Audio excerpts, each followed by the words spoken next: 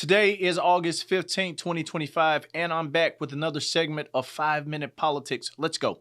Today in Anchorage, Alaska, President Trump welcomed Russian President Vladimir Putin to a peace summit to talk about getting a ceasefire deal in the Ukraine-Russian war.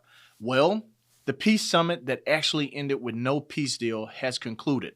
This is the first time that the U.S. president has met face-to-face with Vladimir Putin since 2019. And this is the first time that the U.S. president and the Russian president has stood side by side at a joint press conference since 2018, the meeting between Trump and Putin in Helsinki. There has been a lot to say about this deal, but let's listen to this. We had a very productive meeting. There were many, many points that we agreed on, most of them, I would say, a couple of big ones that we haven't quite gotten there, but we've made some headway. So there's no deal until there's a deal. I will call up NATO in a little while. I will call up the various people that I think are appropriate, and I'll, of course, call up President Zelensky and tell him about today's meeting. It's ultimately up to them. We really made some great progress today. I've always had a fantastic relationship with President Putin, with Vladimir. We had many tough meetings, good meetings. So just to put it very quickly, I'm going to start making a few phone calls and tell them what happened. But we had an extremely productive meeting and many points were agreed to.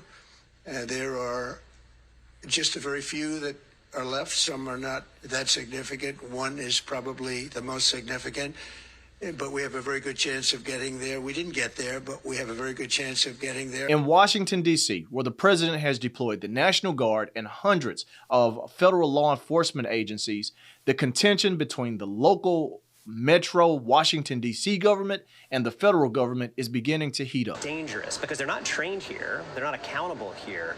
Our local police department, they are trained locally. They know how to do community policing. We have accountability for that. That's who we trust. Attorney General Pam Bondi attempted to establish and appoint a federal police commissioner to oversee the Metro DC Police Department. That was met with a swift rebuke from the local police chief and the mayor. Remarks and the federal government making the changes that were suggested.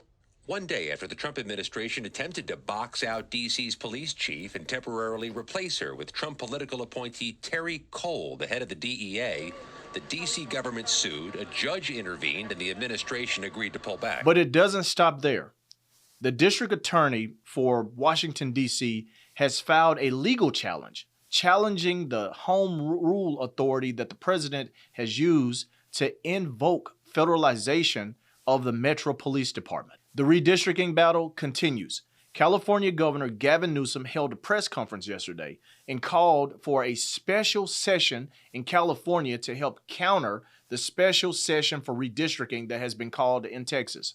On Monday, and we have members of the legislature with us, on Monday, the legislature will introduce a number of bills with four key components to create the special election, to fund the special election framework for the maps, and the constitutional amendment itself that would affirm our support for nationalized independent redistricting and affirm our support for a temporary measure to move forward with these congressional maps being redrawn mid-decade, but the commission continuing its work in 2030. We expect that the legislature will move quickly and anticipate by the end of next week that they will complete that work.